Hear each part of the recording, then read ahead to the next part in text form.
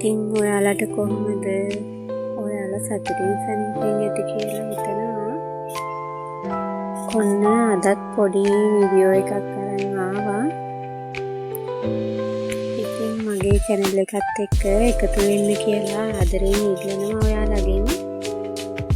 අද නම් මේ හදන්නේ අපේ කාමරය හස් කරගන්න කියලා. කොච්චර මකුළු දැල් කැඩුවත් ආයේ මකුළු දැල් බඳිනවා. ඉතින් බඳින්න මකුළු දැල් කඩන්න ඕනේ. මකුළු දැල් බඳින්නේ නැති වෙන්නේ මොන හරි තියෙයි නම් මට කියන්නකෝ බලන්න.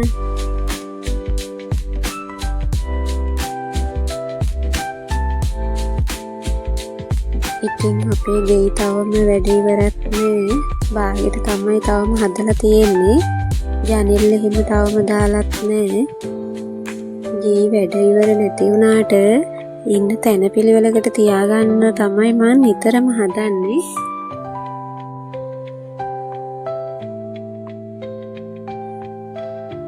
මට හිතුණා ඔයාලත් එක්කම අපේ කාමරය අස් කරගන්න ඕනි කියලා. හරිම රස්නේ යාළුවනේ. මේ ඉන්දියට කාමරය ඇතුලේ ඉන්නම බෑ මේ දවස්වල. ගොඩක්ම රස්නේ වැඩි. අපේ ජනේලෙට ගහලා තියෙන ඉතිකොළනේ. ඉතිකොළ ගහලා තියෙන නිසා ගොඩක්ම රස්නේ වැඩි. ජනේල අරින්න කරන්න බෑනේ. ඇඳට වෙන සීට් එකක් දාගන්න තමයි හදන්නේ. පුළුවන් හැම දවසකම ඇඳන් සීට් මාරු කරලා හොද ගන්නවා. ඒත් පායනකොට වතුර අඩුයි අපිට. පරිස්සමට ඕනි පාවිච්චි කරගන්න. පොඩි ලිඳක් තියෙන්නේ. ඒකෙන් ගෙවල් 3ක් වතුර ගන්නවා. පායන කාලෙට කොහොමත් වතුර අඩුයිනේ ගොඩක් අයට.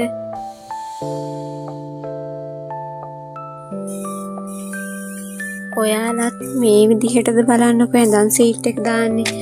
මේ විදිහට ඇඳන් සීට් එක දැම්මම එහා මෙහා වෙන්නේ නෑ.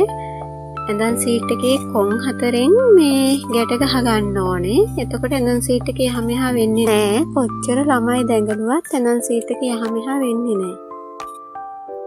බලන්නකෝ පොත්‍රාක්කේ හැටි. ඒව අස් කරගන්නේ නෑ. ඉතින් ඒව අස් කරලම දෙන්න ඕනේ. පොත්‍රාක්කෙත් අස් කරලා දෙන්න තමයි හදන්නේ. ඔය දැන් තියෙන විදිහ.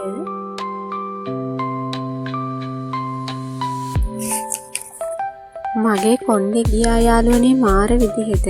මං කරපිංච තෙල් එකක් හදාගත්තා. ඒකෙන් තමයි දැන් කොණ්ඩේ යන එක නතර වුනේ. මම මේ තෙල් එක හදාගත්ත විදිහ ගේන්නම්කෝ වීඩියෝ එකකින් ඔයාලට.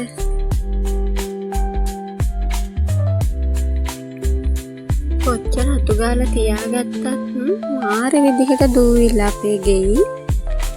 ඉතින් මේ කබඩ් වල අනිත් දේවල් වල එහෙම මාර විදිහට දූවිල්ල තියෙන්නේ. අපේ ගෙයි කොන්ක්‍රීට් විතරනේ දාලා තියෙන්නේ. ඉතින් ඒ නිසා වෙන්නේ නැති මෙච්චර දූවිල්ල.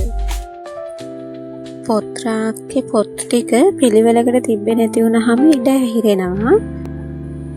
මෙහෙම අච්චු පොත් ඇතුලේ ඊට අදාළ ලියන පොත දාලා තිබුණාම ඉඩකඩ වැඩි යන්නෙත් නැහැ. හොයාගන්නත් ලේසි.